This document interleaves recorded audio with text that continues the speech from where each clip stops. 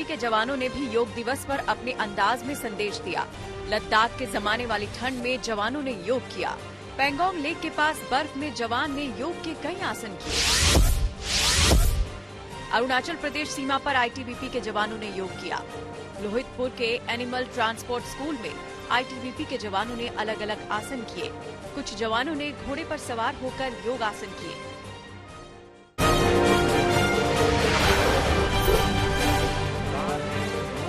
सातवें अंतर्राष्ट्रीय योग दिवस पर प्रधानमंत्री नरेंद्र मोदी ने देश को संबोधित किया।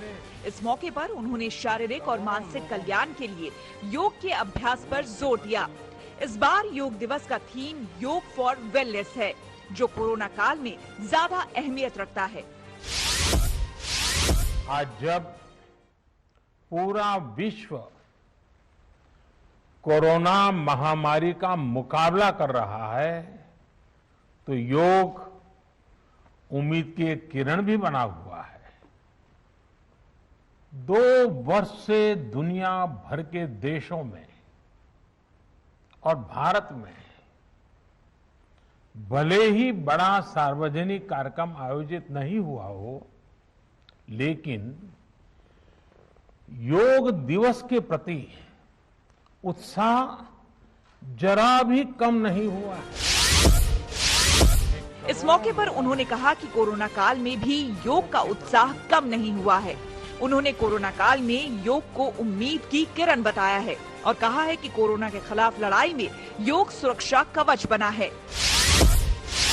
इस बार की योग दिवस की थीम योगा फॉर वेलनेस ने करोड़ों लोगों में योग के प्रति उत्साह को और भी बढ़ाया है।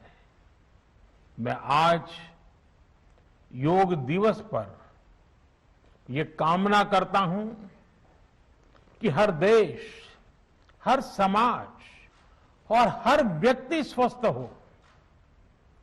सब एक साथ मिलकर एक दूसरे की ताकत बने।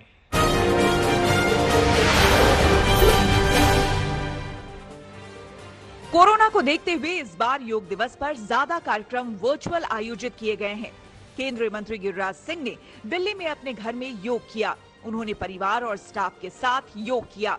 केंद्रीय पेट्रोलियम मंत्री धर्मेंद्र प्रधान ने भी घर पर योग किया। हरिद्वार में बाबा रामदेव ने योग किया। इस मौके पर काफी लोग उनके साथ योग कर दुनिया को बड़ा संदेश दे रहे थे। बाबा रामदेव ने बताया कि कोरोना ने बता दिया है कि जीवन में योग का महत्व कितना ज्यादा है। हरियाणा के मुख्यमंत्री मनोहर लाल ने अपने सरकारी निवास पर अंतर्राष्ट्रीय योग दिवस का ध्वज फहराया। कोरोना के कारण इस मौके पर उनके स्टाफ के लोग ही मौजूद थे। उड़ीसा के पुरी में सैंड आर्टिस्ट सुदर्शन पटनायक ने इस साल फिर अपने ही अंदाज में योग दिवस मनाया। पुरी बीच पर उन्होंने रेत पर अद्भुत प्रदर्शन किया। अमेरिका के न्यूयॉर्क में योग दिवस का जश्न मना। इस मौके पर टाइम्स स्क्वायर पर करीब 3000 लोगों ने एक साथ योग किया। वहीं न्यू जर्सी में स्टैच्यू ऑफ लिबर्टी के सामने लोगों ने योग दिवस मनाया। ढेरों की तादाद में जमा लोगों ने योग अभ्यास कर दुनिया को बताया कि स्वस्थ रहने के लिए योग की क्या अहमियत है।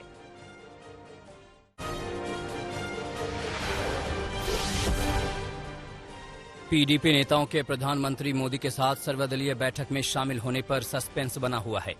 कल पीडीपी अध्यक्ष महबूबा मुफ्ती ने पार्टी नेताओं के साथ बैठक की, जिसमें कुछ नेता बैठक में जाने के पक्ष में थे, जबकि कुछ इसके खिलाफ। माना जा रहा है कि 22 जून को होने वाली गुपकार गठबंधन की बैठक के बाद इस पर फैसला लिया जा सकता है। खबर ये भी है कि महबूबा मुफ्ती नेशनल कॉन्फ्रेंस के अध्यक्ष फारूक अब्दुल्ला को गुपकार की ओर से बैठक के लिए संगठन का प्रतिनिधि मनोनीत कर सकती है। 24 जून को पीएम मोदी ने जम्मू कश्मीर के नेताओं की सर्वदलीय बैठक बुलाई है। यूपी की योगी सरकार जनसंख्या नियंत्रण पर कानून लाने की तैयारी कर रही है। जानकारी के मुताबिक राज्य विधि आयोग ने जनसंख्या नियंत्रण के कानून का मसौदा बनाना भी शुरू कर दिया है। यूपी में इस नए कानून को बनाने के लिए आयोग ने अन्य राज्यों में लागू कानून का अध्ययन कर रहा है। माना जा रहा है कि विधि आयोग अगले 2 महीने में अपनी रिपोर्ट राज्य सरकार को सौंप देगा। जानकारी के मुताबिक इस नए कानून से 2 से अधिक बच्चे के माता पिता को सरकारी सुविधाओं या मिलने वाली सब्सिडी में कटौती पर विचार किया जा रहा है।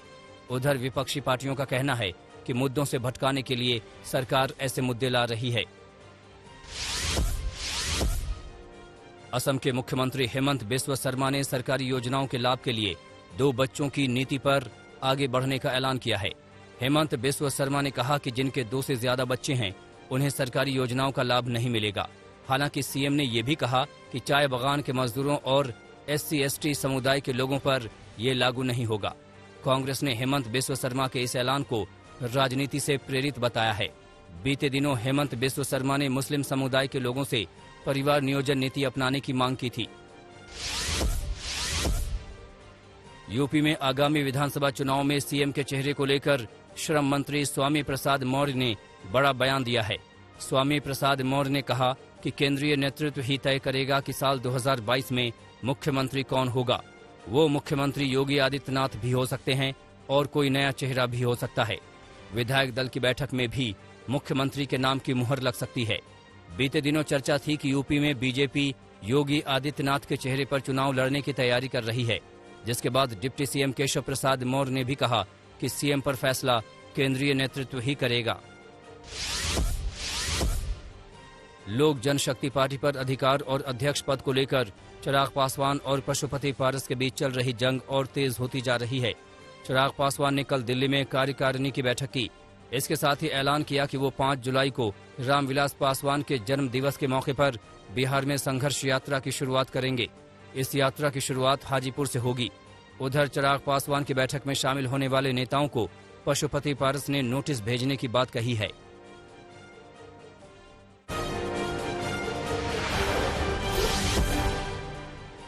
उत्तराखंड में मौसम की भयानक मार पड़ी है।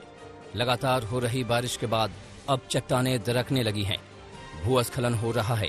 इसी कड़ी में ऋषिकेश गंगोत्री राष्ट्रीय राजमार्ग NH94 नरेंद्र नगर के पास भूस्खलन हुआ, जिसके चलते कई रास्ते बाधित हुए हैं। वहीं दूसरी ओर घनसाली टैक्सी स्टैंड के पास बनी पार्किंग के पास की पहाड़ी दरक कर सड़क पर आ गिरी, जिसकी वजह से दहशत मच गई। आपको बता दें कि लगातार पहाड़ से हो रहे भूस्खलन के चलते सड़क से गुजर रहे राहगीरों को काफी दिक्कतों का सामना करना पड़ रहा है। लगातार हो रही बारिश ने केदारनाथ और बद्रीनाथ हाईवे को जगह जगह बंद कर दिया है।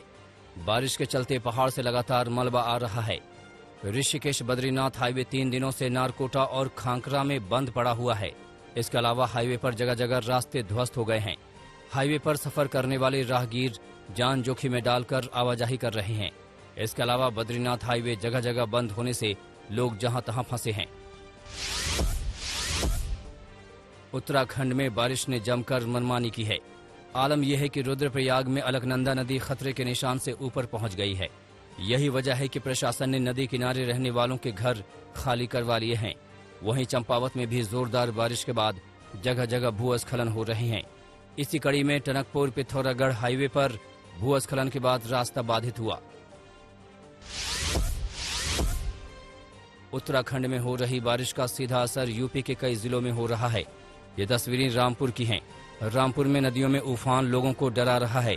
हालांकि प्रशासन ने कहा है कि किसी भी संकट का सामना करने के लिए प्रशासन तैयार है, मगर नदी का बढ़ता जलस्तर लोगों को डरा रहा है। नेपाल में हो रही बारिश का असर बिहार के कई जिलों में देखने को मिल रहा है। देखिए, ये तस्वीरें रक्सौल की हैं। यहाँ नेपाल से आए पानी ने तबाही मचाई है। यहाँ कंचनपुर में 4 लेन का निर्माणाधीन पुल को बारिश ने क्षतिग्रस्त कर दिया। लगातार नदियों का बढ़ता जलस्तर यहाँ लोगों को डरा रहा है।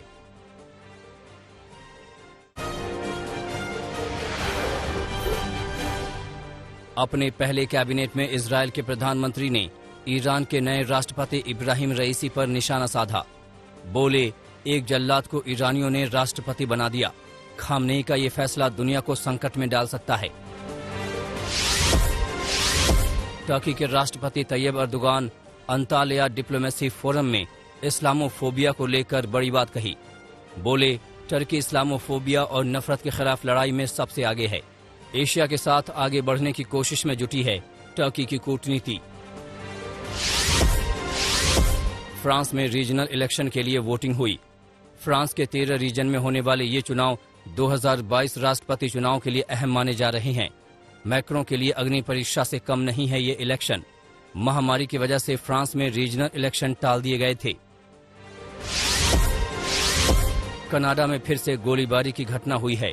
टोरंटो में एक बर्थडे पार्टी में हुई गोलीबारी में 3 बच्चों और एक युवक को गोली लगी है। पुलिस आरोपियों की तलाश में जुटी है। इथियोपिया की राजधानी एडिस अबाबा में चुनाव से पहले भव्य पुलिस परेड हुआ। पुलिस कर्मियों को संबोधित करते हुए एडिस अबाबा के मेयर बोले, देश की अखंडता और सुरक्षा से समझौता नहीं हो सकता। उन्होंने कहा, न खुद नियम तोड़े और न ही लोगों को तोड़ने दें। सोमवार को इथियोपिया में राष्ट्रीय चुनाव होना है।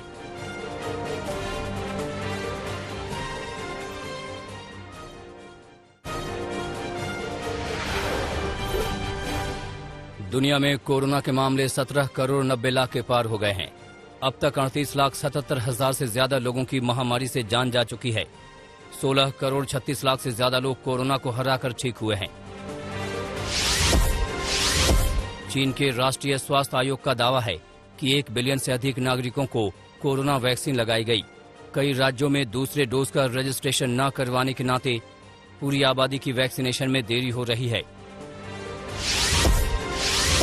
अमेरिका के टेक्सास में जूनटीन्थ के दूसरे दिन कार्यकर्ताओं ने मार्च निकाला। जूनटीन्थ पर हॉलिडे घोषित करने के बाइडेन के फैसले पर धन्यवाद किया। सामुदायिक सौहार्द बनाने और नफरत को छोड़ने का संदेश दिया गया। जूनटीन्थ अमेरिका में गुलामी के अंत का राष्ट्रीय स्तर पर मनाया जाने वाला सबसे पुराना मेमोरियल डे है। इसे 19 जून को 47 अमेरिकी राज्यों में मनाया जाता है। अमेरिकी राष्ट्रपति जो बाइडेन के जर्मन शेफर्ड चैम्प का निधन हो गया। चैम्प 13 साल से बाइडेन परिवार के साथ था। साल 2008 में उपराष्ट्रपति बनने पर बाइडेन की पत्नी ने गिफ्ट किया था। राष्ट्रपति बाइडेन ने चैम्प की मृत्यु की घोषणा की। बोले, 13 सालों से वो हम सब का चहीता साथी था और पूरा बाइडेन परिवार उससे बहुत प्यार करता था। रॉयल एस्कॉट हॉर्स रेसिंग के आखिरी दिन महारानी एलिजाबेथ पहुंची। ड्रीम ऑफ ड्रीम के लिए डायमंड जुबिली में रेयान मूर ने ट्रॉफी जीती।